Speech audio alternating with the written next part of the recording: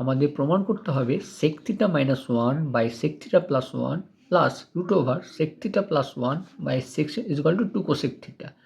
তাহলে আমরা left hand side লিখে নেব, left hand side is equal to root over sec theta minus 1 by sec theta plus 1 plus root over sec theta plus 1 by sec theta minus 1।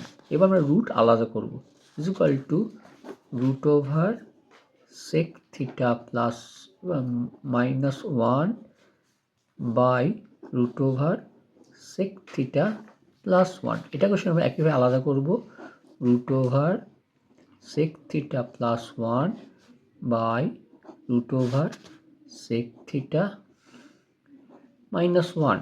এবার আমরা নিচেরটা লসাগু করব, লসাগু করলে কি পাচ্ছি, root over sec theta plus 1 into root over sec theta minus 1। তাহলে এইবার এইটা এটা কোনাকুনি গুণ হয়ে যায়, তাহলে গুণ হয়ে কি হয়ে যাবে, root over sec theta minus 1 তার হোল স্কোয়ার।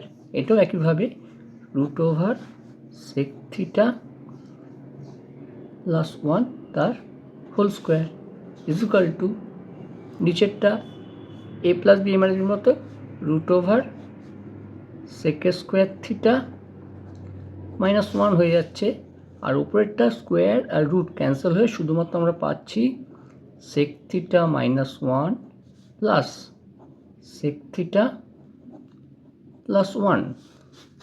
তাহলে এখানে 1 1 ক্যান্সেল হয়ে গেল, is equal to কী পাচ্ছি আমরা, 2 sec থিটা, আর নিচেরটা হয়ে যাচ্ছে sec স্কোয়ার থিটা মাইনাস 1 মানে root over tan square theta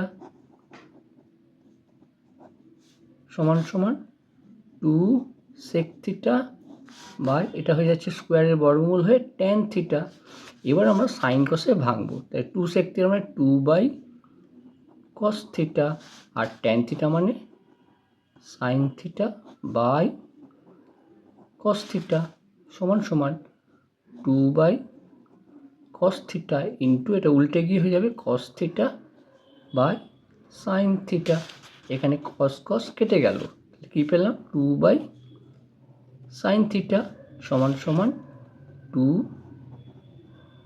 cosec theta সমান সমান রাইট হ্যান্ড সাইড আমরা চলে এসছে। সুতরাং আমরা লিখে দেবো, সুতরাং left hand side is equal to right hand side প্রমাণিত বা প্রুফ। ভালো করে অঙ্কটা বুঝে নেবে।